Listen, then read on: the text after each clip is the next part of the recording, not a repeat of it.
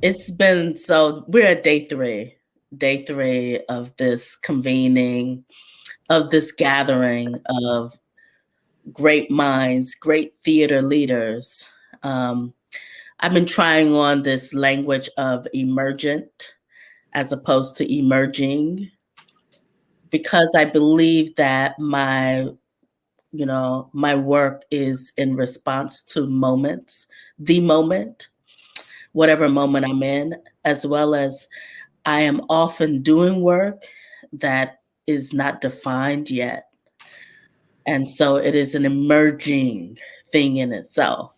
And so sometimes the language that is available um, doesn't really fit me or the work or the moment. And I feel like we're in that right now. And so, yes, last night I have asked you to think of a way to introduce yourself where we bring in some of the new definitions, the new adjectives, or even old um, adjectives we've heard to describe other things, and we consider the word generative, and we consider how that applies to our work, and we actually create a new definition, and we create an introduction that works for us, not necessarily for anybody else, but an introduction that works for you in this now moment. You are free to speak in draft form. You can change this as soon as you say it. Mm. We are trying this on. And I'm happy to be trying it on with you. And, there'll be more information, more opportunities to speak about this. But I'm curious, if you had to introduce yourself today, what would you say? How would you introduce yourself? And I'm going to just start. I'm going to call on Goldie. When you said I'm going to start, I thought that meant you were going to go. But okay, I gladly accept any invitation from you. Oh, Thank you for the opportunity and the assignment. It was not easy, but I'm here for it. So boom. My name is Goldie. I'm the third generation of Goldies on my mama Renona's side, and the second generation of those same women who carry Estelle or Stella as their middle name. My last name is Patrick. I get that from my daddy, Larry P. On my daddy's side, the matriarch was of the First Nations. Her story is erased, but I am the descendants of Nigerian and Cameroonian Africans that were enslaved in the South Carolinas and the Alabamas, and both sides decided to travel north, and I'm born and raised in Detroit. I am a sister. I'm an auntie of 6, a friend, a cousin, a god sister to people who know me by my Ifa name. I'm Sister Goldie to hundreds of little Black girls that I led through a rites of passage. I am an ex-wife. I am a daughter. I am a best friend to my older sister. And I am a lover and a partner. And I write. That's what I do. I write as healing and testimony to my survival and my ancestors' survival. I write as a beacon of light for little Black girls that are next to survive and thrive in this world. I write with my life as prayer and text and performance and ritual towards individual and communal liberation. I'm a student of Marilyn McCormick, Vera Katz, Kim Bay, and Sybil Roberts, and the now ancestors Juanita Wesley, Hosea Taylor, Mike Malone, Reggie Ray, and Dr. Sherelle Berryman Johnson. I write at the crossroads of hip hop and ritual, specifically Isheshe. I love the divine and the mundane. I'm a badass born in the image of other badass women before me. I love Audre Lorde and June Jordan, as you see, and Toni Morrison. They speak to me and watch over me in my process of being both a masterpiece and a constant work in progress. I thrive in duality. Storytelling, performance has been my gospel since I was 7, and now at 39 years old, I am both professor and teacher of the craft and a practitioner of directing, playwriting, and performance. I'm also a poet, a cultural worker that uses theater as my vehicle to liberate Black people because I'm bliggity, bliggity, Black. And that's a fact. Boom. That's who I am. That's who I be. Yes. Yes. Whoa. I mean, whoa. Wow. Thank you. Thank you. Thank you. Thank you all. I am Eric Lockley. I'm Eric Lockley. I am an Imagineer. I am engineering and curating imaginative spaces for myself and for my community. Born and raised in Baltimore, Maryland, the folklore of my folks, the calling of my ancestors, and the listening to the rhythm of my own heart has assured me of my calling to be a healer through storytelling. I work formally as an actor, writer, comedian, musical improviser, podcast host, producer, and the founder of two Harlem based organizations, both the Movement Theater Company and Harlem Nine. I'm a filmmaker. There are awards. But with this work, what is most important is that I empower others to believe that our individual stories provide a healing for us all. When you tell your story, it heals you and it heals others. I truly, truly believe that. And when I write plays, it's to imagine a different world and invite people in to learn and to heal. When I produce, it is to encourage people on every level that care and love are necessary to a process. And when I act, it is to remind us that joy and playfulness are so, so very powerful and necessary.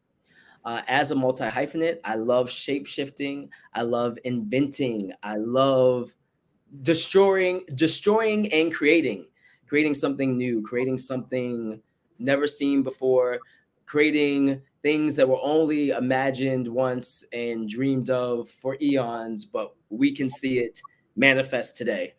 Um, Compassion, humor, play, and imagination are key to my work in all disciplines and all that I do. And I hope that you'll share in that with me. And I invite people to share in that with me at all times. My name is April Mathis. I am a philosopher, linguist, anthropologist, archaeologist. I practice these disciplines as an actor. I began my work marking Big Mama, Getting Happy in Church, for the audience of Momanim, often performing alongside my cousin Todd and later my sister Brittany, the latter with whom I conducted field recordings of her musings as a toddler, growing up in a blended Texarkana family. I also hosted an unbroadcast weekly Christian radio program whilst playing hooky from church, wherein I preached the gospel of slut shaming as it was taught me by my elders and experienced firsthand by my 17-year-old mother when she, great with me, apologized alone before the congregation.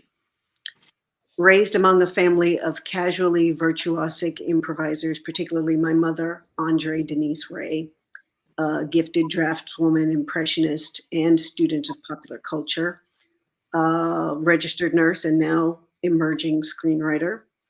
I developed the fundamentals of characterization, which fed my creative writing as an English major and found its fulfillment when I first stepped on stage in a post college community theater production. For the last 2 decades, I have made my work inside the New York theater, concentrating on development and ultimate production of new plays, often working as a dramaturgically minded actor and collaborator on devised work with people like Ralph Lemon, Okwe Okpakwasili, and the theater collective Elevated Repair Service. In live performance, I am in pursuit of truth, beauty, intellectual rigor, and an alchemy between myself, uh, my scene partners, and the audience, um, who I also consider scene partners. As a steward of live performance, I am always in pursuit of astonishment. Astonishment. I mean, that's, I haven't heard that before. Thank you. Yeah. It's vulnerable. I mean, I was so moved by you guys' introductions. Like, um, yeah, Goldie, just going through like the lineage. It's just, Mhm. it's moving every time, like to the point where I can hardly speak.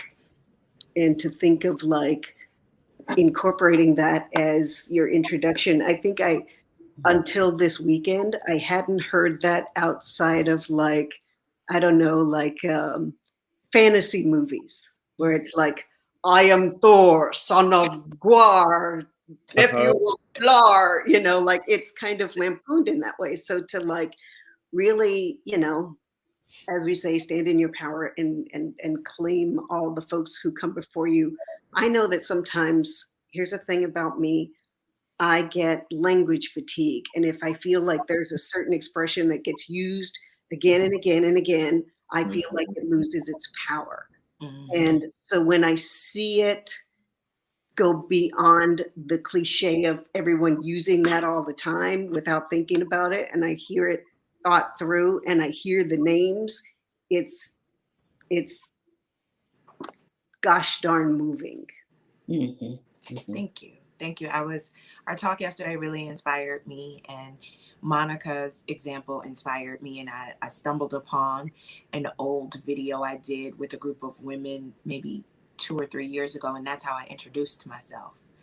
And I just thought about that space being safe enough for me to introduce myself in relationship to the women before me.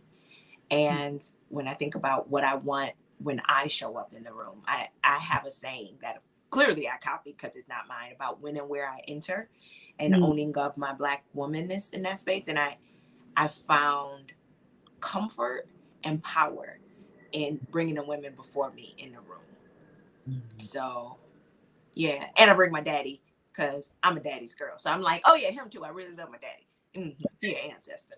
And then there's also a conversation that we had yesterday just about over the couple of days about validation from a white dominant industry, and what does that mean to reclaim our space that has been here forever, even if it hasn't been popular or hasn't been validated by them through whatever commercial means they validate work. And so it's like, my presence is here because I learned from someone, and my teachers may have not been in the room, but if I'm in the room, my teachers are in the room. So it also is how I want to be held accountable for how I show up. If I say I'm a student of Mike Malone and I get in the room and I'm tone deaf, something is off. It's like, wait a minute, what did you learn? If I say I'm a student of Sherelle Berryman Johnson, Dr. Sherelle Berryman Johnson, and I get in the room, then you can call me out because you know who I said I come from. So there's witnesses.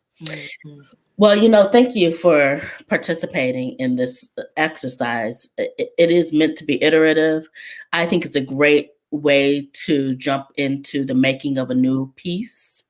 So much about being a generative theater artist is about taking a risk. It's about being okay with being whoever we are in the moment. It's also about being brave enough to perhaps carve out a way of being an artist that we haven't seen before, right? And so I'm excited to hear what's next and continue this conversation with you. Wow. Just being privileged to listen to the young cohorts and the language they brought into definitions and descriptions of themselves, and I'm just like lifted, being that I'm an elder, I'm art elder, and it's like they're so expansive, especially the one about the pursuit of astonishment. I so understand, but please tell me how. How do you so understand? I consider you to be prolific in many ways, but so I'm moved by how that language is moving you. Well, theater saved my life.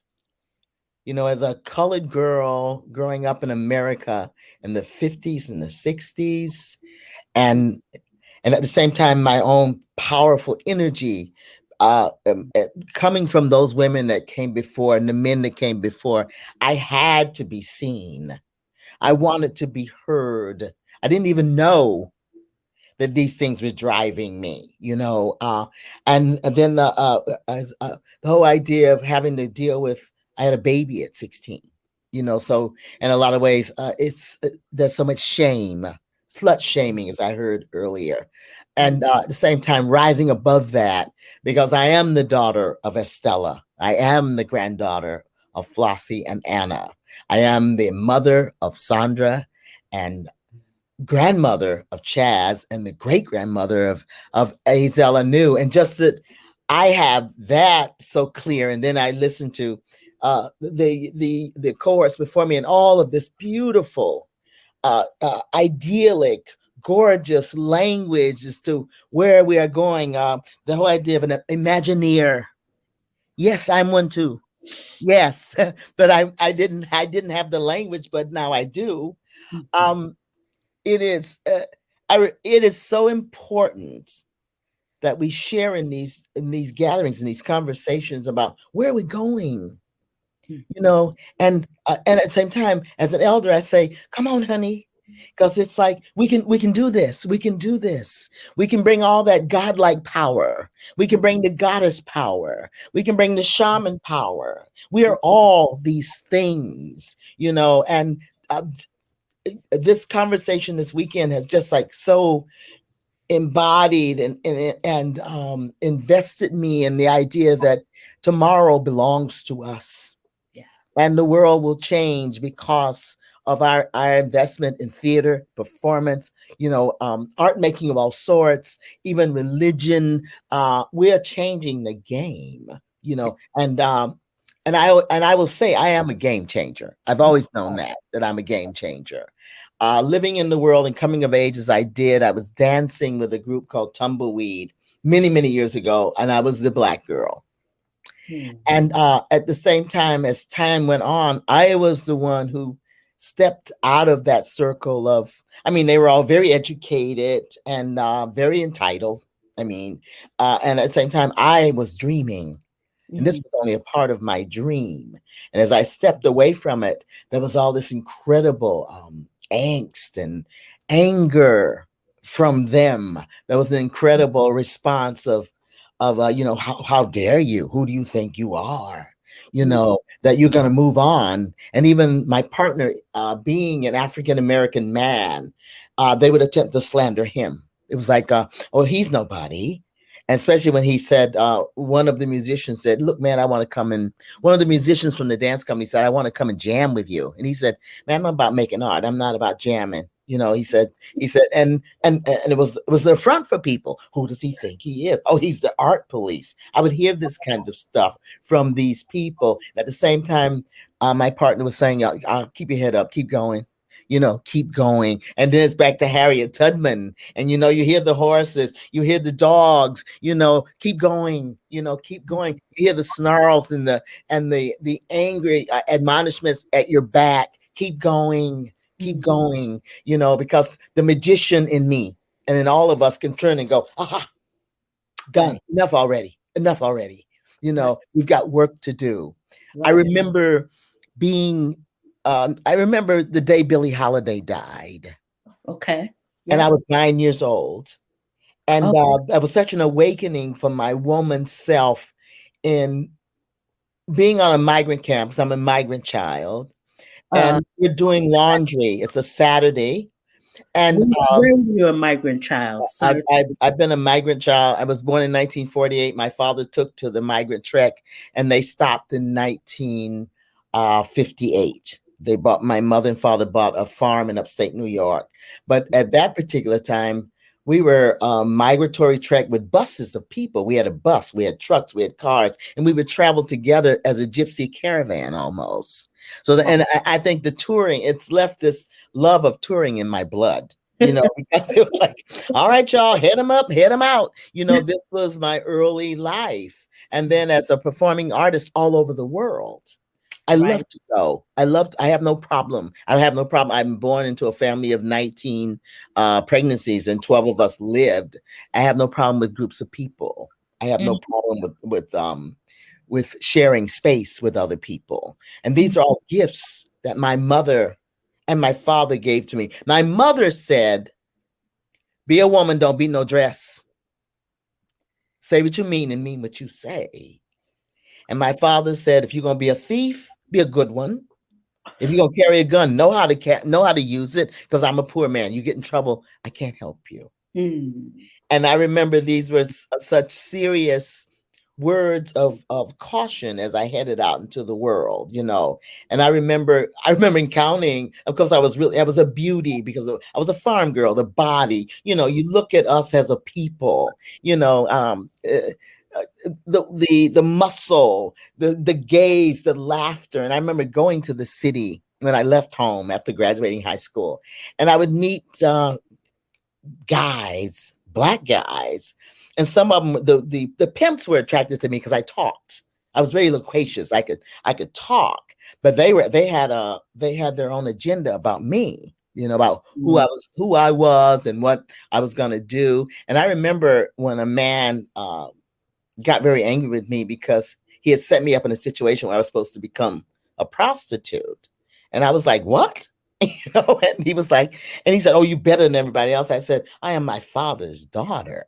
He said, "Who is your father?" I said, "He's my father." My father, I said, "This would kill my father." I didn't even go into what Estella, my mother, would have said, but my father?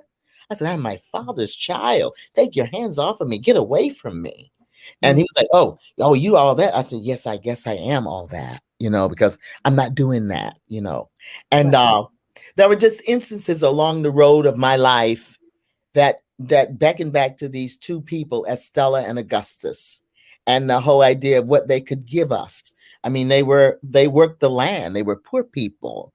I love listening to the cohorts and the education and the study. You know, I think about one of my teachers was Ellen Stewart in New York, La Mama. Yes. Ellen took my partner Idris in when we started touring, and she just loved us. And I learned in my interactions with Ellen, you must love the artist. You must love the artist. You must love what they do. Oh, Yeah, you know, and Ellen, to the point that Ellen had a space where yes, I you was could just about fail again and again. If she loved you, you have space and time around you to live in New York. I'm from California, and I'd be able to come to New York, do my work, and at the same time, I had rehearsal space. She had 2 or 3 theaters in that complex, right. and she was there to support you because she loved the artist. So let's talk just a little bit there. I love this. Oh, I just love that we're in it, and I got questions. Okay. There's so many of our elders that we don't get a chance to read about their lives in books. And even when we do, there's not enough time to engage, not enough opportunity to ask of them. And now that I have you here, all I have to say is thank you first. Thank you for joining 651 Arts in our exploration and creation of a residency program with generative theater artists. We want to be a home for generative theater artists at various stages of their careers. And so when you mention Ellen Stewart, it reminds me of a time in the American theater when there just was not a lot of Black folks who were creating theater that was heralded as a thing in the American theater. Now, this is me looking back saying, this is what I read, but I want to talk to you about that time and that moment. Did you feel like you were chosen by the theater gods and goddesses, or did you feel like that didn't matter or that wasn't even a question? What was the climate? What were the circumstances around making as a theater artist in New York City at the time? At the time, I look back now and I feel the light. I feel like I was chosen. I was kissed by Ellen Stewart. You know, the whole idea that she took me under her wing, and she was no easy day at the beach. She was an incredible taskmaster, But at the same time, such love and support you would never have experienced anywhere else. I look back and I remember Andre de Shields. We were coming and going at La Mama. I remember Abba Aletha, who have moved to Detroit. I'm remembering Diane Lane. I'm remembering Sham Shepherd, and I'm remembering oh my goodness, there was so many wonderful Latinas who I had never even heard of, singular storytellers that Ellen would say, "You've got to meet her. Come in here, baby, and meet her." And I remember Ellen saying to me, "We're going to go to this fundraiser." And I remember it was a fundraiser for somebody else, but she said, "It's going to be our fundraiser." And so she goes to this party in New York on the Lower East Side, and there is a man that owns all of this property. And she says, "Come on, honey. Come on, honey." And she comes up to him and she says, "Baby." And he knows her and her. You remember Ellen? Ellen had this light, and another white man many years later told me white men like it when you ask for them for help. That gives them room, right? Ellen says, "Baby, I want you to give me that building on 3rd Street." She says, "You don't use it. It's been sitting there for years. Why don't you give it to your mama?" Because he's like, "Hello, Ellen. Everybody, this is La Mama." And she says, "Honey, I want you to give me that building." And he said, and she said, "You don't use it." She says, I am very invested in this community," she says. "And you can help me, baby, in this language." And he says, "Well, come around on Monday. Come around to my office on Monday." She turns to me and she says, "Rhodessa, write it down, get his number, and give my daughter your address." She says, not my assistant, not any of that, but give my daughter your address." And we went over there on Monday, and he had to deal with his word. Wow. And he gave Ellen that building. I mean, she was magical like that. But her own story of coming from Detroit to New York, going to Italy, to the Spoleto. She was one of the founders of the Spoleto Festival in Italy. But arriving in Italy and nobody would rent her a room because she was a Black woman. No, she could not get a room in a hotel because she was a Black woman in Spoleto, Italy, which now sings her praises. The women around her, the Italians and the white women and a couple of Black women, but it was the Italian women that gave her a place to stay, and they couldn't understand like what was the problem. And she said, "Of course they wouldn't understand what was happening to me." She said, "But my mother," she said, "I'm thinking what my mother said. My mother said, don't ever let anybody put you in a position where you don't have shelter because they have to determine if they're going to give it to you or not."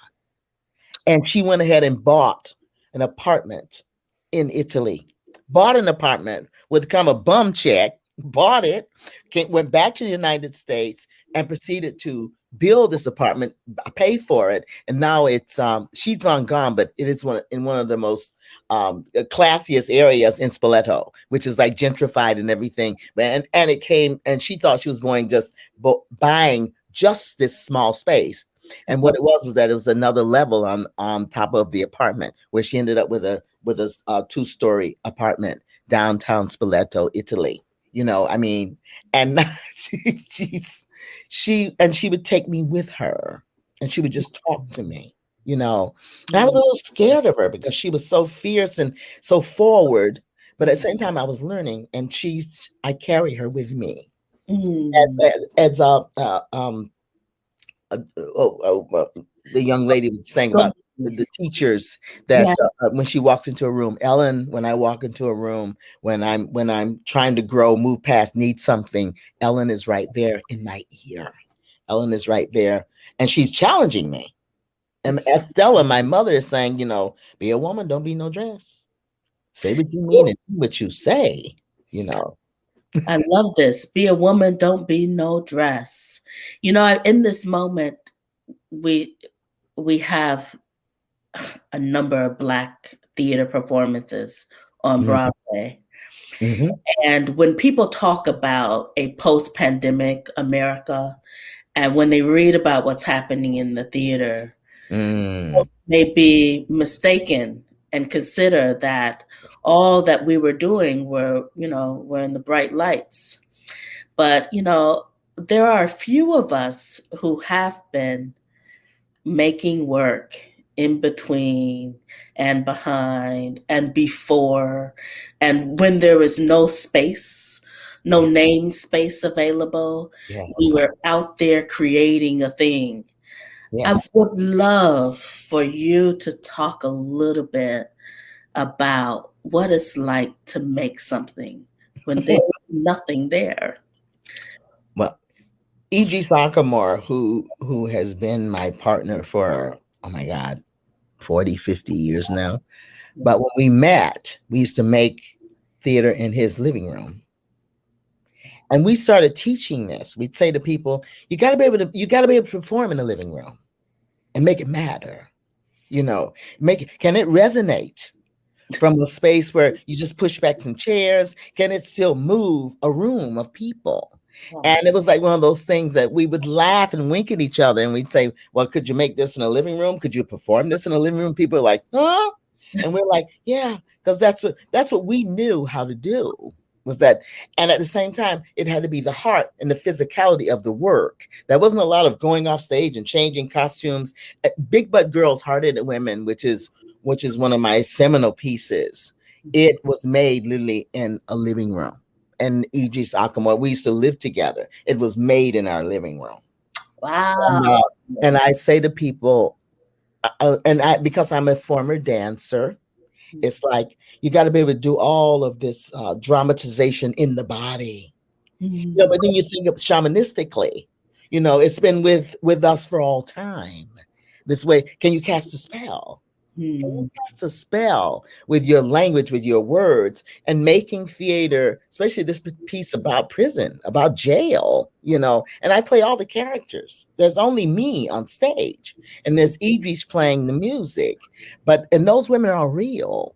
The women that I bring to the stage in Big Butt Girls, Hard-Headed Women, when I made the piece, when I started to know it was growing, I would go inside with them and I'd say, okay, today I want to work on Mama Pearl. And they say, what? And I say, I want you all to come up and tell me, have I got her physicality right? The way she stands, is it right? And then say, I studied the crew mime. So I'd say, you can do whatever you want with my body. I said, move my arms, move my head. And these are incarcerated women going, Miss Jones is off the chain. But I say, no. I said, like, does she stand like this? And I'd exaggerate things. They say, no. And I said, what do you mean? They said, well, you gotta like kind of, I say, lift up in here. And they say, yeah, lift up in there. Put your shoulders back. And then I'd say, well, do it to me. Show me how it's done. And they would have their hands on me. And I remember just how I would be so overwhelmed and so full because they are like so engaged in molding me. And these are women from their community, from the city and county jail. And first of all, they're amazed that you want to put us on center stage. I said, yeah. I said, your stories are phenomenal. I said, and you are mythical creatures. And they said, what's that? So it was this conversation where there was constantly a sharing of knowledge back to the cohorts today, listening to the language that they have expanded and made so beautifully. Making art for me was so profound. One, in that I was working in my living room because I had no other space to do. And then I would go into the jails, and inside of doing physical stuff with the women, working out with them, I would share with them my process. Right. And of course they thought dream girls, because we all thought we knew something about theater. Even they had heard about Dream Girls, or Pearly Victorious was another one that they had heard. These were women that were in lockdown. These were women who were a little older than me, with that sadness in their eyes that they remember when they also dreamed of the Great White Way or whatever. I had a girl who was in the Avocado Kid. She was a tap dancer. You mentioned tap dancing earlier. She had been a tap dancer and got caught up in heroin. And but at the same time, an amazing performer, and I would say, I'd say like, Julianne, show us how to present it. Present just entering the stage. And she say, me? I said, girl, you've been to New York, you've been on stage, but I said, but you did that. I said, you did it. And they say, for real? And she like, oh my God, she would just look at me like, okay. And she was extraordinarily fabulous, you know. And and this was my way of being an artist activist. You know, what can I share with somebody that's gonna, like I said earlier, here to save my life? So what can I hand to desperate women, women who feel as though they have broken all the rules, they're bad girls. Mm. They look like you and me, you know. So the world's been telling them they were bad girls for a long time. And I used to tell them, don't buy into that. You're a badass. Yeah. You're a badass, honey. And I'd say, you know, remember that song? I shot the sheriff, but I did not shoot the deputy. And they'd say, oh, Miss Jones. I say, but this is Marley. This is like they said that, well, that's Bob Marley. I said, yes, but Bob Marley is a prophet. Yeah. I said, listen to Bob Marley in that way. I said, and Rita Marley, you know, and they say, who? I said, that's his wife. Check her out. Check her out. So I guess about making art, Yeah. making theater, I feel like you have to, you know, because I was so much my own teacher for so long. I was pulling at everything that I knew. And that was like our niece Nin, Lauren Hill. When my daughters introduced me to Lauren Hill, the Miseducation, that was like it was so rich for me. I was like, okay, you know, and I'm still reaching out into the air, the ether for information to share with those people that are younger than me, you know, like today wearing my Nipsey Hussle t-shirt, you know, Yes, let us see. mentions it, you know, but I'm still learning too. I would say I'm still learning about how it's done. You know, and one of my children on Broadway right now. What is Can we that? see the Nipsey Hussle T-shirt? Can I show you gotta see Nipsey's, you gotta see Nipsey's face. That's perfect. Thank you. Yes. And I was struggling with to wear, but I thought because yesterday I wore Ganesh in the conversations. I thought, no, today I'm gonna wear. I'm gonna wear. Well, you know, I work in Africa, and when I was first in Africa, I was always given all these presents because South Africa, the community, they are Muslim, they are Hindi, they are Zulu, they are, you know, Xhosa, you know, and all of these faces and languages are in the jails, and so people would bring me T-shirts. The Hindus would bring me T-shirts because they would want Ganesh to open the way. They say Ganesh is the one that creates a clearing. And so yesterday when we gathered, I thought, okay, I just want to be as wide open as possible to learn from the folks. Yes, from the folks that I was with. Yeah. And thank you for having me. Thank you for the recognition of giving me this platform. Yeah. Yeah, but I mean, it's a special moment where we have to understand that we're in a continuum. Yes. So that we can, you know, get to wherever it is that we're going, but most importantly, so that we can continue in the continuum. And my brother Bill T. Jones always reminds me and others that there's a double pandemic. He says, you know, because he has lived through the monstrous AIDS crisis, and he says at the same time it's not over. And he says, you know, and there are some of us that are living with that pandemic still, you know, and that has been an interesting conversation to have with him often. But I wanted to say that one of my children, Bianca Jones, is on Broadway. Oh, yes. That's one of my babies. Oh, wonderful. I know her father. I know her father very well. And he told me much later, he said, you know, she always would come and watch our rehearsals because he directed us. And his first name, Jones. I'm old. You have to forgive me, but I want to say Richard Jones. No. It's Richard, I know Bianca. Yeah, Bianca is his daughter, and she used to always say, "Oh, I love Rhodessa," you know, and then I've gotten to know her as a young woman, you know. Oh, Herman Jones. Herman Jones. And the last two times I was at National Black Theater Festival, she was there, and we did some readings together. Well, she's grown to be an extraordinary, fabulous actress, you know, and she just said, "I used to love to watch you." She'd say, "I'd love to watch you when my daddy was directing you," you know. And my mother again used to say, "If you're gonna walk in the light, you better walk right because you don't know who's watching." You know, You know, and that's, it's a double-edged sword. It's like, and I think about it with when I get this incredible honor of saying, "Oh, people talk about you. People say, check out Rhodessa Jones," and it's such a privilege, and it's such an honor, and it feeds me. It feeds me. Just the idea of sharing stories with people. I've always said, when you hear somebody else's story, it changes your relationship to that person. It changes your relationship to the world. Notice I was that they hear your story, and it changes their relationship to your world. And That's right. all of these things, as you're talking about the generative, this generative project, this motion forward, it's all a part of that. I think all Yeah. of this energy of knowing what we know, the truth in knowing now is what we're talking about. We're at this crossroads right now, and this is the truth in knowing now. We have survived. We have survived, and all the people that have gone before us. And the young ones, like my great grandson who's here, he just gets such a kick out. He just stands around and grins at me, and it's like he knows something about me that I don't know.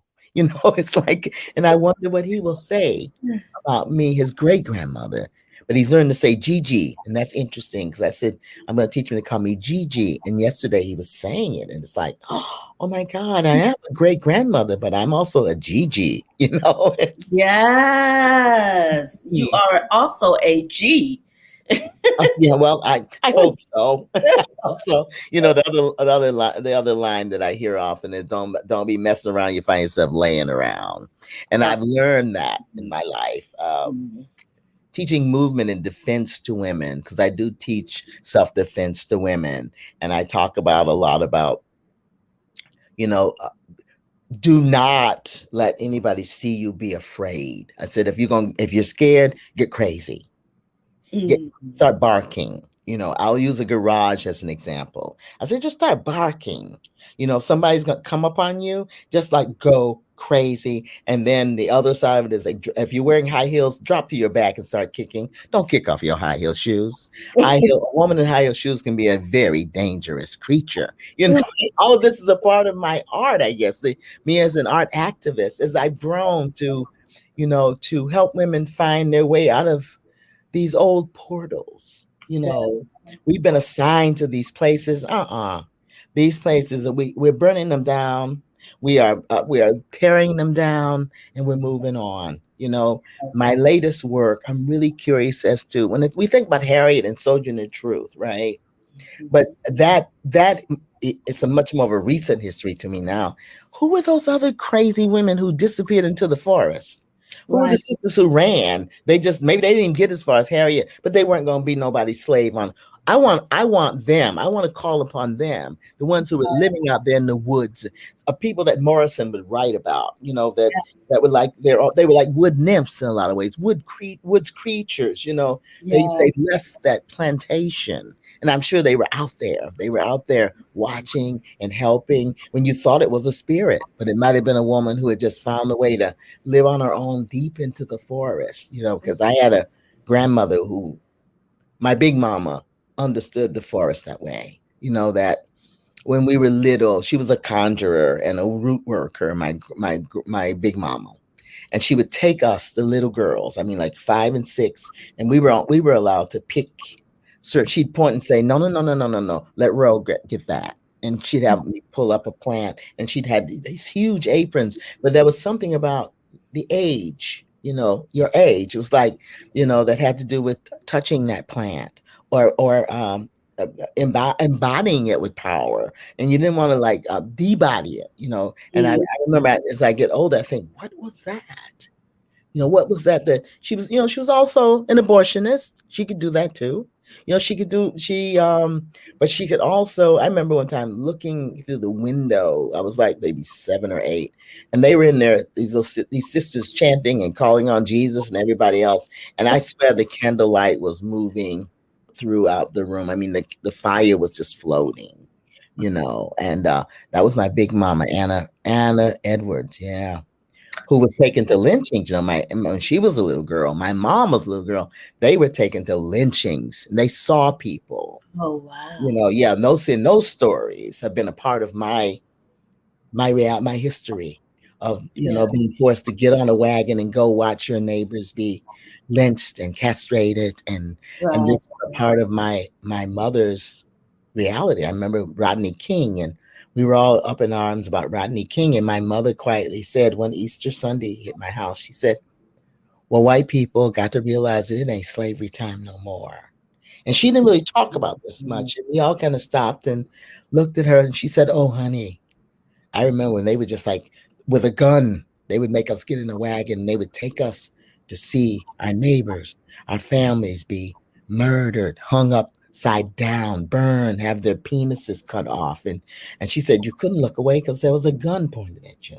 Mm. And then I look at my mother, who's such a gracious woman. Back to theater, all of this stuff I bring into my character work, because she could have been a raging maniac, but she kept it on the down and low, and she was a queen. She was a queen, and she understood so much more about people than Mm. they knew about themselves. Mm. Yeah, this idea of being a collector of stories, of taking all that we have survived, all that have been passed down to us, Yeah. and all that we're carrying, and using that in our toolbox Mm-hmm. for Mm-hmm. theater making. I want to just take a moment to lean into permission. Okay. I so much of how we've been taught Mm-hmm. to be as artists or Mm-hmm. make it as a successful artist Yes. requires, or the myth is that we're required permission, or someone's got to give us Permission. some sort of permission to do it. But your whole career, it seems to be that you just, it doesn't exist for you. Well, Morrison says at the end of Beloved, Toni Morrison says, this is a story that should never be told. This is a story that should never be forgotten. And my mother used to say, let's talk about something else. And so somewhere in there, Rhodessa decided that I'm going to pull up all these stories and you're going to deal with them whether you want to or not. And people, but I am a fire, you see, I'm a force. And people gather, they gather, and they're ready for me to break all the rules. Yeah. They're ready for me to, because somebody's got to do it. It's a dirty job, but somebody has got to do it. And I love it.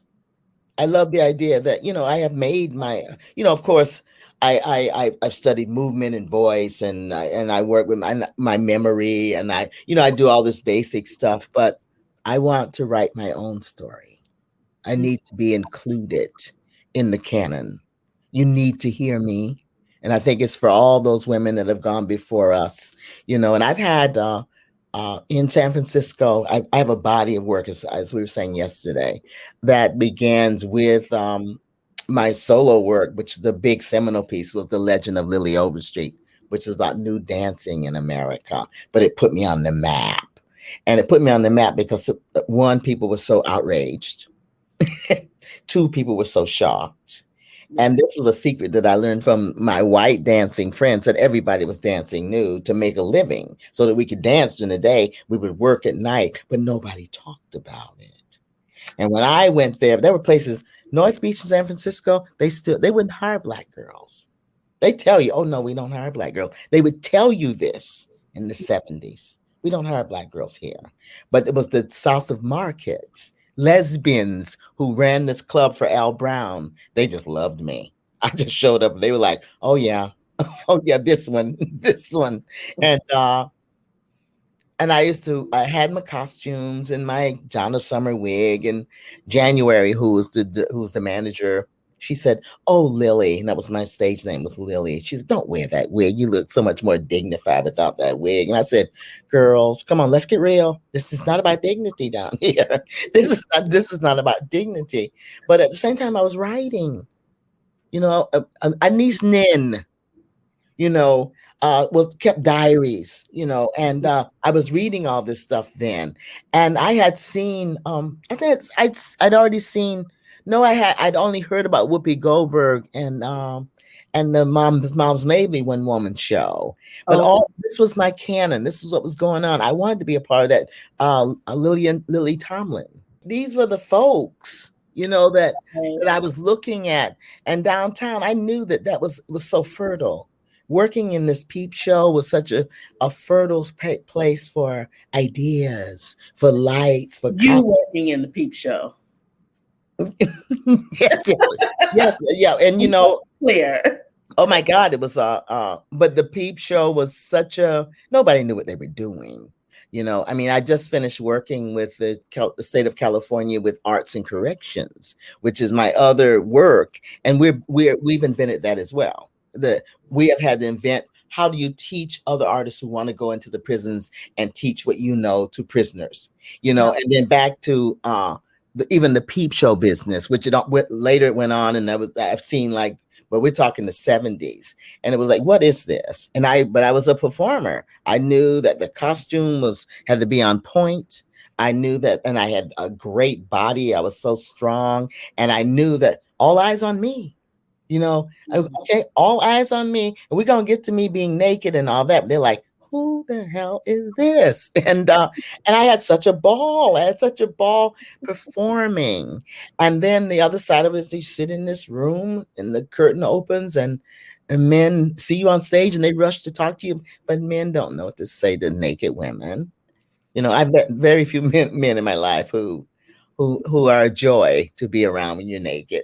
They're like, I know I bring them joy, but it's like, darling, talk to me. Tell me something. What is the line? I'm in pursuit of astonishment. Astonish me. Astonish me. We go, and there was a great striptease artist, and she'd say to the women, she'd say, just take your time. Just remind the man that we're gonna get to the sex part. But let's have a journey. Let's have fun in here. Let's have fun with being female and male, And it was like, so many men are like, blah, blah, blah, blah, blah, blah, And then later, Arthur Velis in New York, what is it? Mad. Arthur was my brother's partner for a long time, so I know Arthur, and I remember Arthur, just like Arthur, and I would just laugh about how little information straight men had, but he introduced me to the kings, to women who were cross dressers, and oh my God, and they were fabulous. I was like, now, see, a man could take some lessons from this one, and they were sexy, and they were like, like what's happening, and they were just giving you we're gonna have this whole idea of this very, very, how do you say, this very traditional, that's some traditional idea of what a man should be or whatever. The girls have it. The girls have it. I think we do. Yes. And I think this is a perfect moment to pause, because we're going to bring on a special guest. Okay. We're going to bring in Nsangou, and we'll pick up where we left off. Nsangou Njikam. Yes. It's great to be here with you and Miss Rhodessa Jones. Yes. When I think of folks who have clearly created their own pathway forward in the American theater, I think of you two. And I witnessed perhaps the most interesting theater in the past 5 years that I've seen at the Williamstown Theater Festival, and that is Nsangou's new play called Freaky D. And if you have not, many people have not heard of it, but I hope that what is going to change for us is that we'll be able to see Freaky D along with the premiere of 651 Arts Virtual Griot, centered in Brooklyn, that features Nsangou Njikam's new character, MF Wood. So here we are. I have a big question for us to consider, and that is, because we don't have to worry about getting permission, can you talk to us about risk taking? Can you talk to us about how risk taking shows up in your theater making? What are the necessary ingredients to your recipes? Well, you want to go first, Nsangou? I feel like I should. The elder should go first. Okay. And I should follow Well, up. I figure it's making mistakes is real, but if I'm rebuilding the world, I'm making my life myself. I will learn, and if I fall down, I can get up. And because I've created the whole thing myself, who's gonna know? It's a lot like when you do a one-person show, you're stumbling around and you realize they don't know. They don't know if I've missed lines or if I've missed a whole section, and at the same time, I don't care. I think that somebody out there who needs to see you, if you obviously make a mistake, there's somebody who's needing to see this, to know that it gives them permission to carry on. Because we're constantly rewriting the rules. That's what I love about art making. We're rewriting the rules all the time. I love Mr. Shakespeare and Mr. Pinter and all that. I even love August Wilson. But you know what? I love the idea. Ntozake Shange showed up just as I was coming into being. And I thought, we don't talk about how colored girls suffer, even the term colored girls. And it's like, she said, yes, we do, and I'm talking to a specific audience, but I'm talking to everybody. And people moved in, the choreo poem became a standard on all these levels, and that was for me the opening of a door that of course you're going to be making mistakes, but I'm a great cook. I make great breads. I make, and it's the same. You're cooking. It's a stew. It's callaloo. Throwing a little spice here, throwing a little spice there. And as I said before, I really believe that there's somebody always needing to see you do what you do. And Nsangou, I was reading about you. You had said something about wood. You said, and then all that's left is wood, and I love that. I just love that idea. The human being, the forest, the carving, all that came to mind when I was reading. Monica gave me a link, and I was reading, and you were talking about, and all that's left is wood. And of course, we know. I wish I'm wood. And I had an aunt who that was part of her language. Yeah. She was like and she carried a razor, the whole thing. And it was like, another woman used to say to me, girl, you just got to tell them that, you don't want me. You didn't send for me. You don't want to send for me. You ain't ready for me.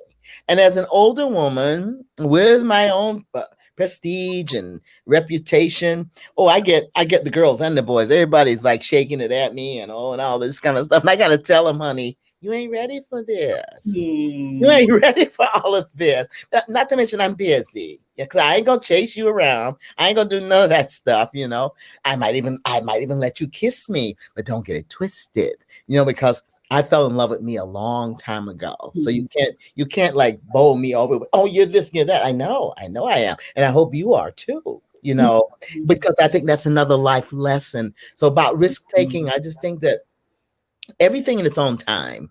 And it's beyond us in a lot of ways. Wouldn't you agree that you just have to grow up and come out and say, this is what I'm doing? You come into Nsangou, you come into yourself, and it's like, and I think we can both agree that you struggle with like, oh boy, am I going to do that? But then, like, fuck the dumb shit, it's like, yeah, but I would just say risk taking is so much a part of it. It's just of giving birth to oneself again and again, Yeah. Yes. I mean, first of all, yes, absolutely. And I think the only thing I'll add to that is a slight bit of a cultural context. Mm-hmm. For us here in the Western theater, risk taking is being your African self in front of people. Yes. And really and truly, Monica, like, I don't even think about the risk taking because I spend a lot of time studying what we do to make performance and why we do it. You know, so like Miss Rhodessa, you embody the tradition of the sacred science of what storytelling is meant to do in society. So when you have function, you have purpose. And then you're actually not concerned about Western theater's rules. So sometimes you have people today who are so upset that they only learn the rules of the West, that when they take risks, they're not informed by another aesthetic or another tradition. Yes. And so they don't know how to tap in. They don't know how to go into ritual. They don't know. What they know is that there's something else that they're reaching for. But who do you go to study that if it's not in the collegiate setting, or if it's not in an acting or writing program? You have to go to those who've been doing it. So you've got to go to Miss Rhodessa Jones. You've got to go to Ntozake. You've got to go to Amiri Baraka. You've got to go. Actually, the anomaly is the trauma that African people faced. That's the anomaly. The normalcy is the traditions that we have. The resilience is the return to our African normalcy. So when we talk about, oh, we look at all the ways we were resilient, that's us being ourselves. Yeah, it's true. It's true. It's true. It's us. We're assuming somehow that we are different. We never stopped being African. We may stop thinking that we are, but a giraffe thinking it's a dog doesn't change the fact that it's still a giraffe. A giraffe. Yes, and I think about the old R&B song, you know, like ain't nobody bad like me. Right. You better ask somebody. You know, it's like, you know, and I think it's back to that same thing. When I first performed in Johannesburg, and I have a piece entitled Deep in the Night, which is about women and HIV and aging and also menopause. It started out being a piece I wanted to do around insomnia, about menopause, because I was 50 and I wanted to talk to the women inside about what was it to be menopausal.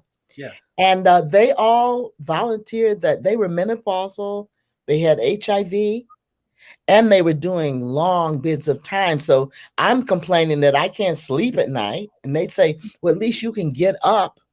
You know, you're in your house, you can have water, you can turn on the TV, you can turn on the music. And they're saying, Miss Jones, I got this cot in this room with 4 other people, and I just got to deal with my menopausalness, my HIV, which sometimes they haven't told anybody.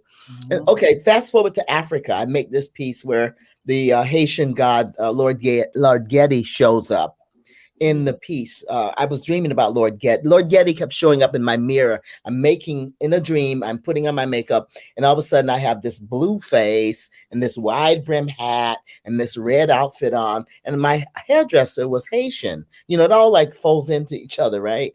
And so I'm telling her about not being able to sleep. When I do sleep, this character shows up, and she says, that's the Lord Getty attempting to reach you. And I'm like, who? And she tells me a lot about Lord Getty, the keeper of the cemetery in Haitian mythology. I go to Africa and I begin the show with clearing the space with cigar smoke and rum. And I do the 4 corners. And I'm in Johannesburg in this in the Market Theater's black box. And I start blowing this smoke and spitting out this rum. And the Africans race to the stage. They all want me to spray them. They want me to blow smoke on them. They're all wanting to be bathed in this. And all of a sudden I'm like, wow, I had no idea it was this. And they're like, you know, please, ma'am, me, ma'am. And I'm looking down, and all of a sudden it's like a rock concert where everybody's left their seats and they all want to be touched by my rum and by my cigar smoke.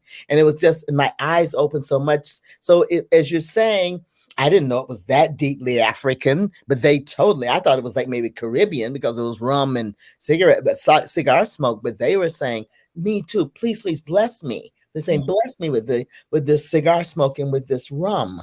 And this is how I really began the show, by blessing that room. It was going to share in these stories of these sisters who were living with HIV and menopause at the same time. Yeah. And it's also too, it wasn't just the fact that it was rum and cigar. It's what you did with it, where you were with it, and who you were as the leader of ritual. The artist, and particularly those of us who are of the African diaspora, are the leaders of ritual when we step in and we start performing. And I think what's happening is today people are starting to awaken to that. But now they're like, okay, I feel something, but what do I do with it? Where do I turn to? So I may need to turn to the mambo in Haitian voodoo. I may need to turn to the babalawo or the Ianifa in Ifa culture. I may need to turn to the Nana in Akan culture. I may need to go to the Kemetic priest. I may need to start looking to the things we've done, as well as looking to the knowledge that our relatives, that our predecessors have about how to do things. Like some people intuit conjuring a character. I hear actors who talk about doing Shakespeare and using a Western acting technique. And then they talk about doing August Wilson, or they talk about doing James Baldwin, and they've got a conjure. So what that says is that our art is drastically different in aesthetic. And you said it all throughout what you've been talking about. It's drastically different. And so you got to train differently. And so then I think, to your point, Monica, about risk taking, the thing we have to eliminate out of our minds is that we don't have to, once you embrace your aesthetic, you don't even have to be worried about the Western aesthetic. And then the only risk is, are you going to be comfortable within yourself doing the art the way you were destined to do it? And experiencing it and being grateful for the expansion that I feel.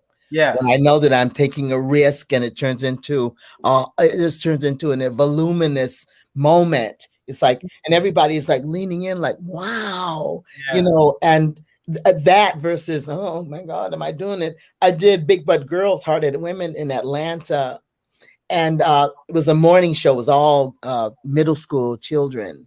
And Big Butt Girls, as I was saying earlier, is I do all the characters, and it's about jail, so the language and everything. So I'm doing, and I finished the show, and there's some questions, and I'm getting ready to leave, and the little voice from the back of the theater says, "How did you do that?" Yes. He says, "That's what I want to do."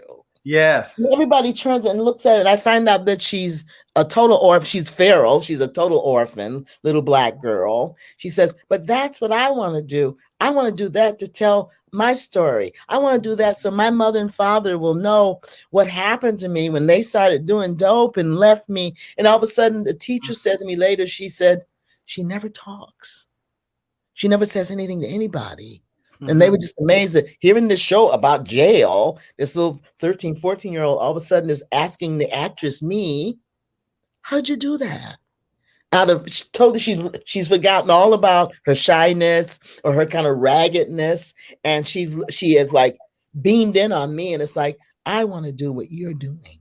And I told her, I said, let us talk. And I did get a few postcards from her, but it was a long time ago. But I told her, I said, one of these days, you're going to get an Oscar.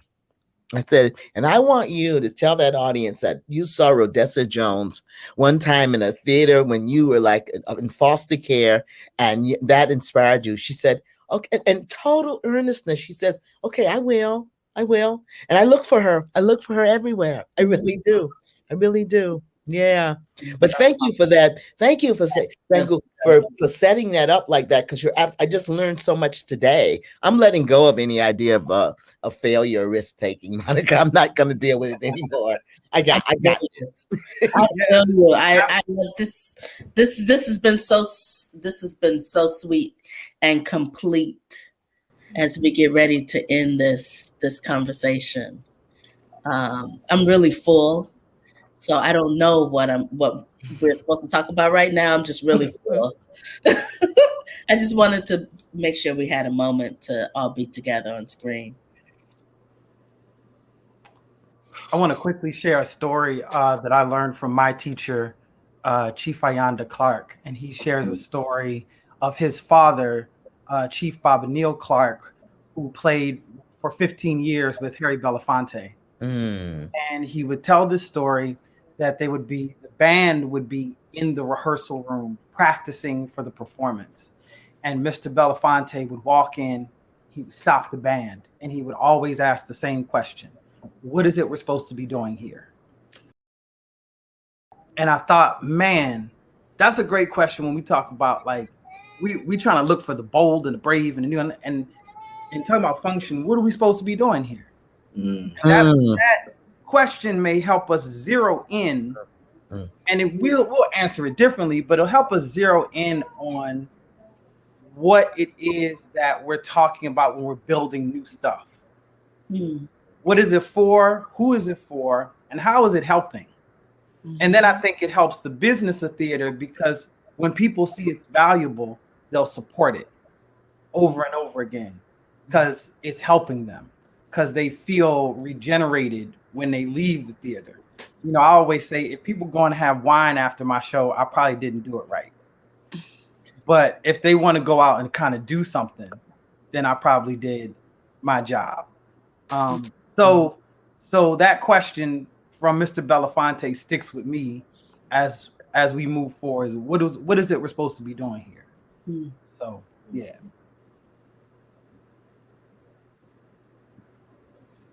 Any other thoughts or closing words? I'm full. Yes. Y'all see, look, whole breakdown of everything. Thank you for saying names. I have homework to do. I was reading and learning, and I think that process was the reminder of exactly what you just said, Nsangou. Why are we doing this, and what is this for? Knowing that it's been done for so long by so many people in so many ways, and that if I am to study this, I have to study it vastly. And that's exciting to me. I want to know the names I don't know. I'm less concerned with why I don't know them. That's a whole nother part that I'll figure out. But, you know, just Ellen Stewart, like know of and know story are so different. So to know of, yes, but to start reading and wanting to read more, and what it does is it informs and puts into perspective this new thing that I think I'm doing. And it's like, no, I'm not, girl. I'm so not. I'm woo, child. So, just the rich conversation about legacy and about history and about tapping deep into what does it mean to be of a people that honor ancestor and honor tradition and lean into that. And that means leaning away from white American theater as we know, which is good because I don't like it over there. It'd be suffocating anyway. So I'm breathing now.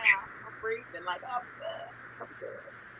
I'll just briefly want to echo that gratitude and specifically Ellen Stewart, because I had a brief relationship with Ellen where I performed at La Mama, one of my one person solo shows, Last Laugh, and she was able to see it. And I think at this point she was either in her late 80s or maybe early 90s. And her spirit was so bright. I mean, just and her energy was still there at 90 something years old. And I just remember her. There was a section where I like tap dance during the show, and it was for the specific character. It was like a kind of a dainty, like showing off, type of tap dance. And she said, "You gotta put your leg out like this." Just it had to be every ounce of energy, and she kicked her leg out, and she told you it's gotta be like that if you're gonna tap dance. And to just have her name spoken in this moment, and what's funny is simultaneously I received an email or a text message from Jonathan McCrory, who's one of my colleagues, and he talked about the TCG conference that was going on yesterday, and that my name was brought up. And just to all of this history, this legacy, this in one moment, it was tremendous, and it just reminded me of the guidance that's necessary, seen and unseen, and the listening that's necessary to our ancestors, to those who came before, to the things we don't quite understand, but seek to. It's just so profound to be in this moment, and I'm really grateful. I'm grateful for this conversation and to be here. I'm so honored. I've been, sheltering in California. We sheltered so intensely with the COVID, and this feels like this conversation, this gathering, has really opened up a way for me to move forward back into the world, back into all of my different theater spaces. I'll be back to New York. Y'all get sick of looking at me.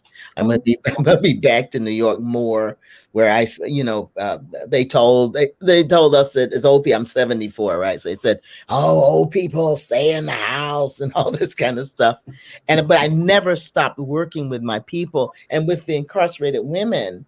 Resilience became this incredible experience for them. It's experiment for them. And I'd say, let's create rituals of resilience. And these women knew, so once they understood what we were talking about, the list of rituals that we have created around, and they're largely Black women anyways. It's just like, how do you bounce back, And one woman said, Miss Jones, I never left. She said, life kind of came and kind of set me up like this. But I have just so many wonderful videos and pieces on the Zoom platform that these women made with me. And it was about the rituals of resilience. How are we going to get through this pandemic and into the new normal? And I feel like this is such a part of the new normal for me, that here we are talking about this, talking about our work and where we're going to go. Because I cannot say enough, theater saved my life. And I feel like it is a tool. It is a way of being that will save a lot of lives, a lot of lives. And I feel like even hip hop itself was introduced as a way to play with language, and also to find your own way, to change the way we use language, which we talked about yesterday as well. Yeah. But I'm so grateful to be here. Thank you all for just having me. And I'm so glad, Nsangou, you and I got to just have our little moment. Yes, I'm grateful as well. Yes. It is an honor. It is a true honor. Thank you. It feels like only the beginning, but I want to honor our time that I've asked you guys to gather in and hold space. I know that there's so much more to say and do. And, I'm going to leave you with this update of where we're going at 651 Arts. And one of the reasons why it's important for us to gather, even if it's virtually, is because when we do see each other in person, there has to have had been some progress that is shared, right? And so this is a seed towards progress. And so 651 Arts is getting a home for the first time in its 30+ year history. It is huge. We are excited. There's a lot that comes with it, and then there's a lot that is going to give and continue to give. And I mentioned the word continuum because as we unearth this and come to being inside of this new home, the space in downtown Brooklyn, we are also with the many people who have come before us and who made work and are still with us in many ways. And Miss Rhodessa Jones is one of them, as well as many other people, countless names. The list is long. But my hope is that everyone on this call will join us and in Brooklyn, and we'll continue these conversations live and in person. Thank you, Robert. Thank you, backstage. Yes, thank you, everybody. And thank you, everybody. Thank you, everyone.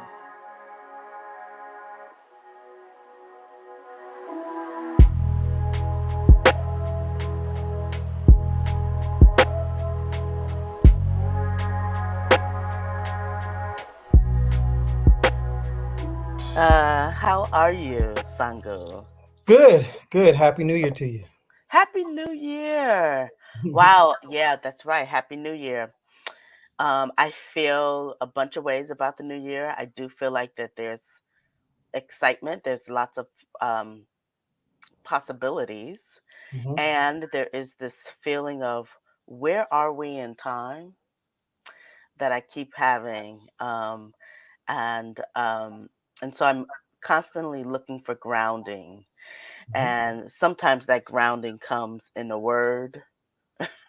mhm, Sometimes that grounding comes in just being surrounded by the folk that make meaning. So I am currently in my mother's home, in my family home, and just grounding there for the beginning of the year, mhm. um, and looking forward to this grounding conversation.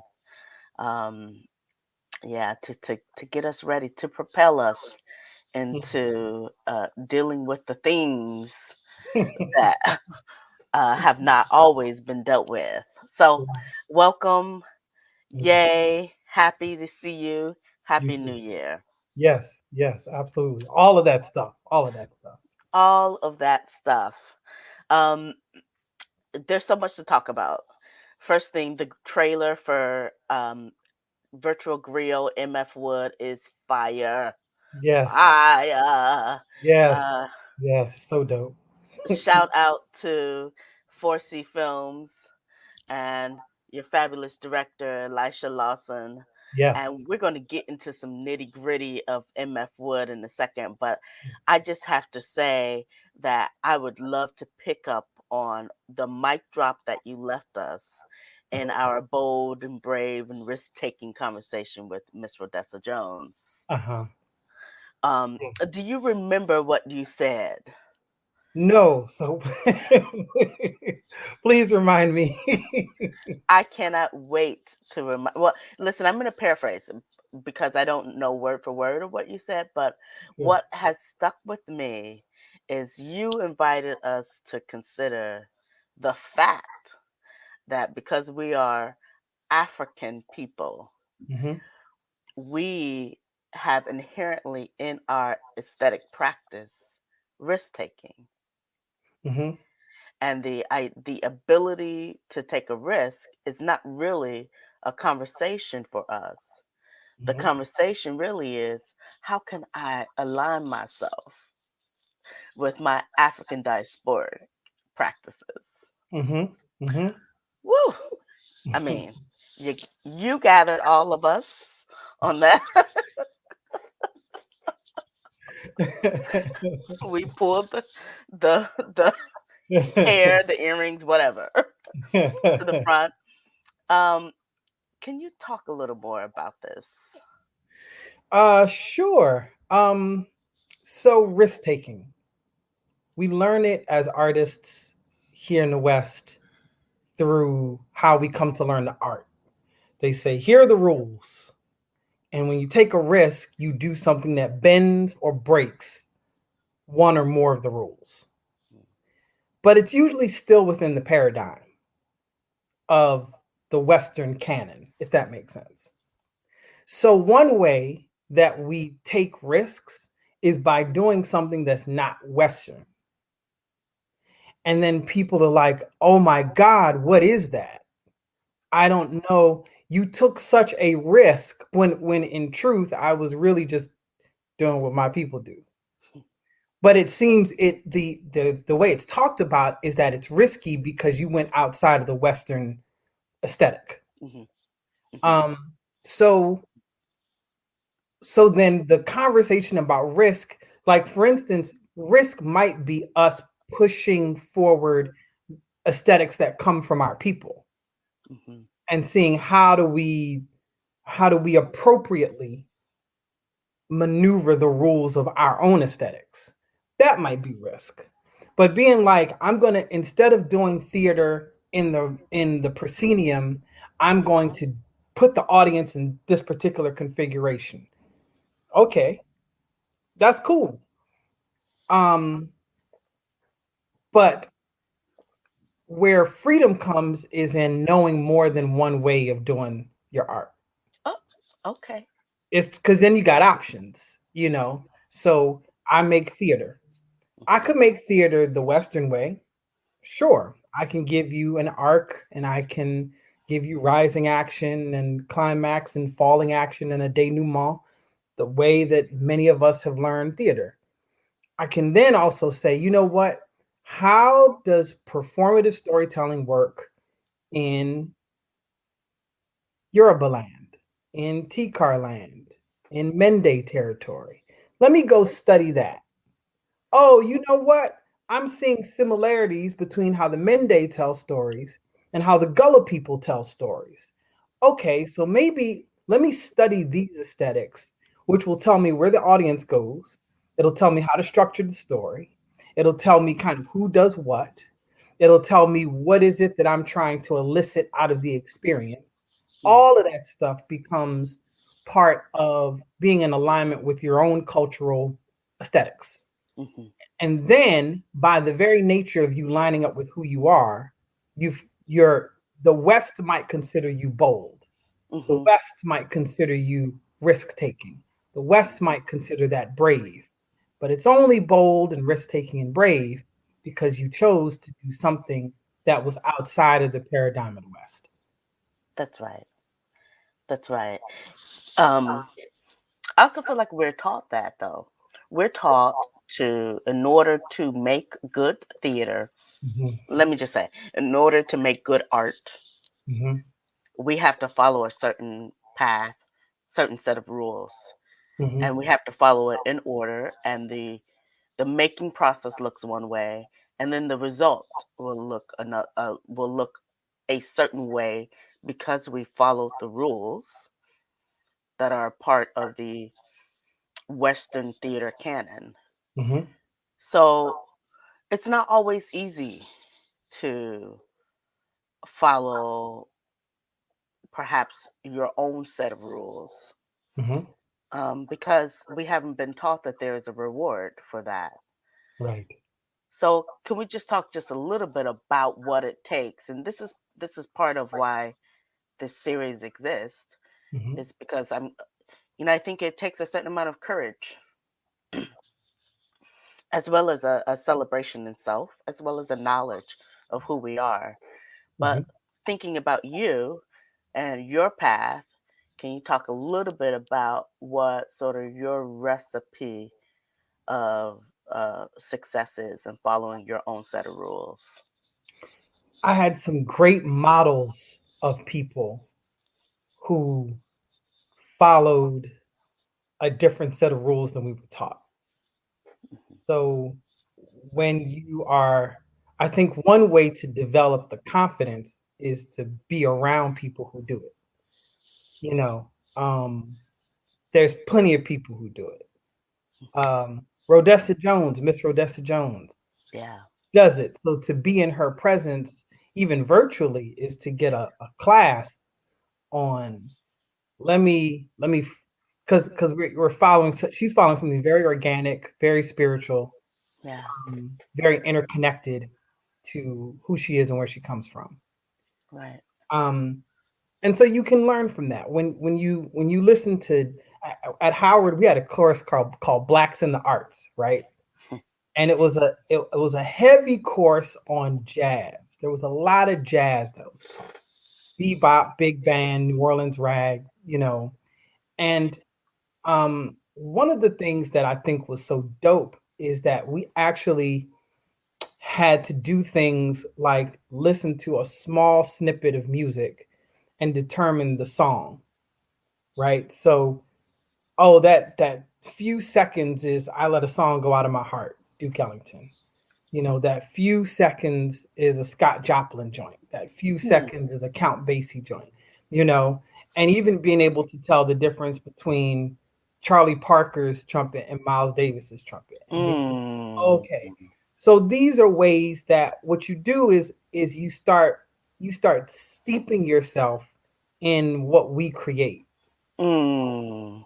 I don't know much about hip hop. Okay, well then start listening to Melly Mel and start listening to Biz Markie and start listening to UTFO. Like start go to the beginning, go to when it starts, and work your way so that you have an understanding. I don't know that much about you know Black visual art. I don't know that much about Jacob Lawrence. Okay, well then start to learn about Jacob Lawrence. Sometimes we stop at, well, I don't know that, Mm-hmm. and that and oh, the way to overcome that is to just go, okay, well, let me learn, let Right. me be a student, and Right. then you'll actually find the confidence to start creating That's in right. um I think that's the way to do it. I think that's the Right. recipe. And there again, there's so many people, a Mark Bamuti Joseph, um, a Will Power, a Camila Forbes, like our contemporaries, Dominique Riso. Study these Mhm. Mhm. and and then you'll start to understand like who influenced them. Then you Right. study them. Well, who influenced them? Oh, well, what's this aesthetic? What's that aesthetic? And you become excited, and Right. excitement replaces the fear. Ooh. Okay. So, um, I remember in undergraduate being in a situation that was less than lovely, right? And in order to study, because I did not go to a Howard, I went to a state school, a predominantly white state school. And in order to study my aesthetic, I had to go to the African American section of the library, find the Ntozake Shanges, the Alice Childresses, and literally read the books in the library. There was nothing taught to me about um, Black theater. Mm-hmm. And I remember the first time I went, I thought, oh gosh, I can't do this every time. But the truth is, I can do this every time. And so while I was in the library in this, I realized that I had to take a risk and make a choice to choose myself. Mm-hmm. And I went to the library every single Friday and I sat in the same spot and I just started reading all of the Black theater, the whole section, um, and got to know um, the people who were involved and really studied the aesthetic. And it makes me think of, I think about that moment in this moment that we're in the pandemic and what is required for us as artists, as storytellers, Mm-hmm. is to not bemoan the moment um, just because. But I want it to be some fire behind what this is uncomfortable. This moment of the pandemic is uncomfortable. This past January, in this current season, just watching our shows close on Broadway. Here we are at in this historical timeline where so many plays written and directed by Black people are currently on Broadway, are now also having shortened runs due to the pandemic. And so this is uncomfortable. And what I want us to consider is that in this uncomfortableness, we are there's a fire that's being created. There's something that's being prepared for us to store in our tool house for the next moments. And for me, that is the virtual grill. At the beginning of the pandemic, I started to think about my brother and his friends, and some other folks that I know in my life who have been experiencing culture on their phones. And instead of seeing it live, instead of being in the room where it happened, they were watching YouTube.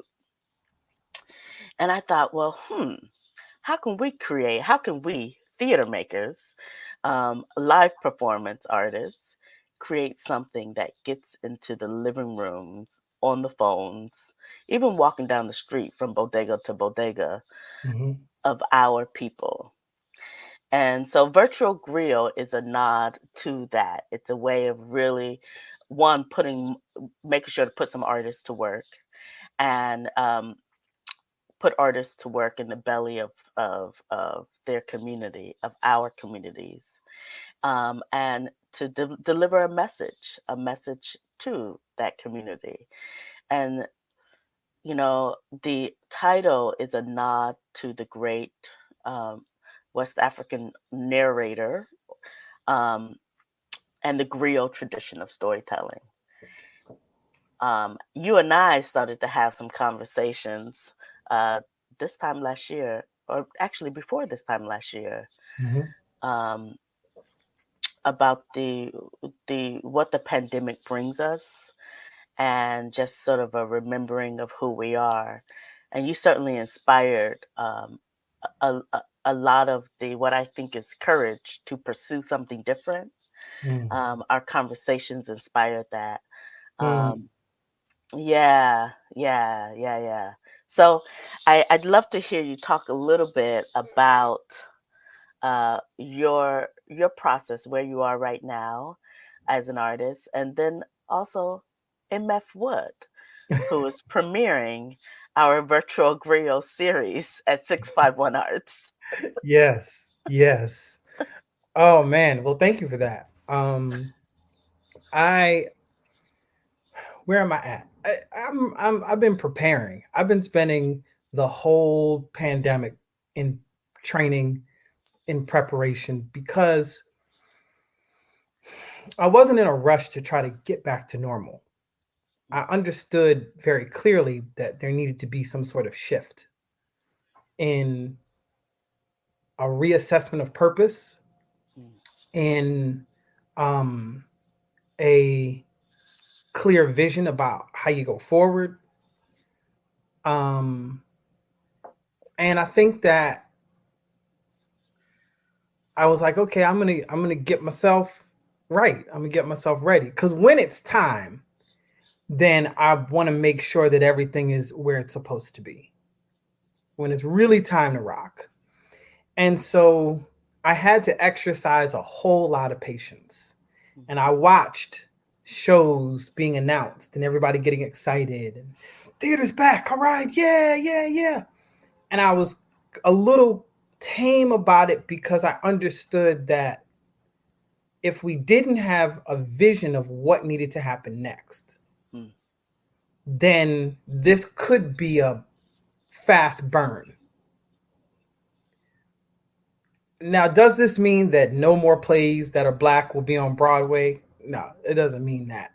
But even, we had a lot of pandemic conversations in 2020 about whether or not Broadway was even relevant to us. And come then on all now. these shows popped up and everybody got happy. And then they closed early and everybody got sad. And I was like, okay, so what happened in that 2020 convo? We Right. were talking about redefining and all of that. And some people, they were very sober about the whole thing. They were balanced. They were like, great, we're glad people are working. I'm glad people are working. I'm glad people are able to get on. And at the same time, I make no mistake about the different directions this moment could go. But Mm, if you play for, let me use a football analogy. If mm, you play 4 downs and on 4th down you have to punt the football to the opponent, mm-hmm, it doesn't mean you lost the game. mm-hmm, You got to play all 4 quarters. mm-hmm. So my thing was like, okay, how do you win the game? Not how do you win the quarter? Right. And sometimes that just means I'm just getting the football further and further down the field. Right. So that's kind of what I've been doing, physically, mentally, spiritually, learning, being a student. Because when the time comes, like, it was so crazy. I was away, I was out of the country. Mm, And when I returned, the trailer for MF Wood dropped. So for a few weeks, I was kind of doing my thing, which we'll talk about offline where I was. okay. But Okay. I was studying, I was being a student. And then I came back and MF Wood was there. And I was like, whew. And it got such a great response. Oh man.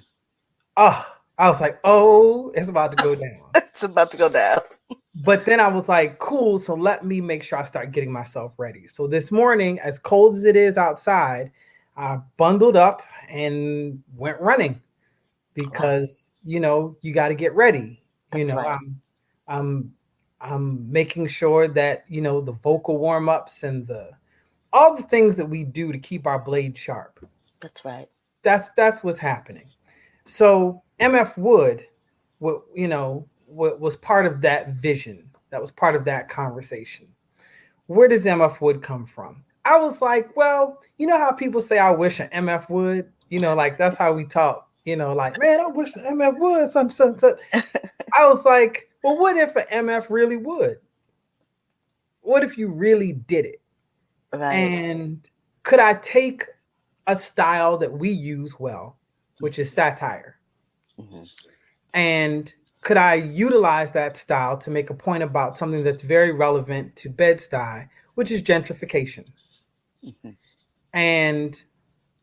And out of the humor may come some truths. Mm-hmm. In the style of the Flip Wilson Show and in Living Color and the Boondocks and Chappelle Show and all the other great shows, the Richard Pryor Show, that of all the shows where we have demonstrated our ability to utilize satire to tell the truth. Mm-hmm. And I was like, well, what if there was a guy who really thought that he had the key to stopping gentrification single-handedly? Mm-hmm. And that became, you know, MF Wood. It's so lovely because, I mean, first of all, it's brilliant that you've embedded in the storytelling ethos of MF Wood griot practices, Mm-hmm. right? And so let's go back a little bit to the beginning of the conversation. It's sort of like the ingredients that are necessary for risk taking, right? And so I'm hearing already that the knowledge that we have to learn, sort of the aesthetic practices of African diasporic theater. And when you talk about satire and you go down the list of all these great storytellers who have used satire, some folks may not even see it and understand it as that, you know. And so we have to think about satire from an African American perspective and the African American tradition. And some people were, people call it different things. People can talk about it being, reference it as your mama jokes or tongue in cheek. I've heard many sort of metaphors to describe what we mean by satire in the Black community in the States. But there is also a thread that extends beyond throughout the diaspora. And so I think it's important that we go back and we look at these sort of African traditions and practices that we see and experience in storytelling. Yeah. Well, I'll give you one. I'll do a sort of a connective tissue because I think that's what you're talking about. How is it that what in Africa do you see that you can connect to the diaspora? Yeah. And so in Yoruba land, there is a something called Gala Day. Gala Day is a society, is a festival, is a type of cultural experience. And let me just pause real quick and say, I think the best way to study the cultural aesthetic is to study the culture. You probably won't get that in school, and you probably won't get that in a book. So if you study the culture, if you learn the culture, by learning the culture, you'll learn the aesthetics. And that kind of helps. So it's a less academic approach and a more immersive approach, which I think is the best. But to your point, Gala Day is a dance, is a tradition that honors women, that honors Mother Nature, that honors the power of the feminine. But Gala Day is danced by men. And the way that the men the way that the Gala Day dancers perform, if you use your European brain, you would be like, are they mocking women? But if you use your African brain, you understand that they're not mocking women. What they're doing is they are highlighting. When we take a highlighter, we make more bold the thing that we've highlighted so that it stands out. So we give it importance, we give it significance, we give it attention. So by highlighting the attributes of womanhood, they are honoring women. Wow. So let's jump forward a bit to then that aesthetic of highlighting something. Let's go to rest in peace Shock G from Digital Underground and his persona, his alter ego, Humpty. Yeah. And in Humpty, he is like this wild, kind of crazy, character. And at the same time, the stuff he's saying is meant to break you away from traditional Western norms. So he's like, yeah, I called you fat. Look at me, I'm skinny. It never stopped me from getting busy, Now, in that, what he's saying is what we would call today is, I'm not shaming your body for what it looks like. Look at me. Let's jump a little further into more contemporary times. Notorious B.I.G. says, heart throb never, black and ugly as ever. However, I stay Coochie down to the socks. So he's saying, I know I'm not the prettiest person in the world, but I'm still dope and I can still be sexy. That's Right. So That's what we find is that these traditions of highlighting and the way that we highlight is what allows us, that's just a little snippet of the aesthetic. Now, if you don't know what you're doing, you're going to take what I'm saying and try to put it into play, and you're going to mess the whole thing up. I'm going to be like, I told you, you got to study the culture. Don't just take the little thing I said and be like, yes, that's dope. And now you don't know what you're doing with it. You got to know how to wield the force. So I just wanted to highlight that because like then MF Wood is very much like the guy on The Living Color that Damon Wayans played, who's like, I redacted my vernacular to imperial proportions. Right. That's that connective tissue. But again, that's highlighting the brothers who just got this new information. Right. Think they so it's community, it's all love, it's all honoring, and I can poke fun at you and honor you at the same time. Wow. I mean, it's so exciting. And thank you for over explaining. Look at my diagram. Right. I can't wait to see all 8 episodes. So we have come to the end of our conversation, and I think there's so much more to talk about. And so we may just take a moment later on to stop by and drop into our living rooms and have another conversation once MF Wood is premiered. But on March 7th, we see the first episode on YouTube, 651 Arts YouTube channel, and it premieres on a Monday at 7 p.m. and it's going to premiere every Monday after that. And you can see all episodes as they come out online. And we're really excited about the next steps for not just Virtual Griot, not just MF Wood, but we're excited about the next steps for you. We're excited for 651 Arts as we cement our home in downtown Brooklyn. And yay! And working with artists like you is, so important to that. And we're excited to be on the journey with you. And we look forward to seeing you on the screen March 7th for our Virtual Griot, MF Wood. Make sure you there. And if you have some pumpkin spice, know I'm coming for you. Even what I'm drinking right now is no pumpkin or spice in here.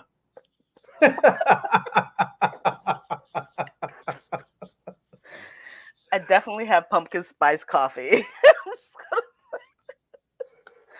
I mean, I made it myself. Well, by the bald head of Bokeem Woodbine, how could you do that?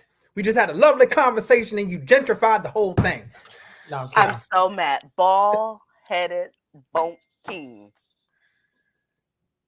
It just happened. Who knew that he would be in a quote?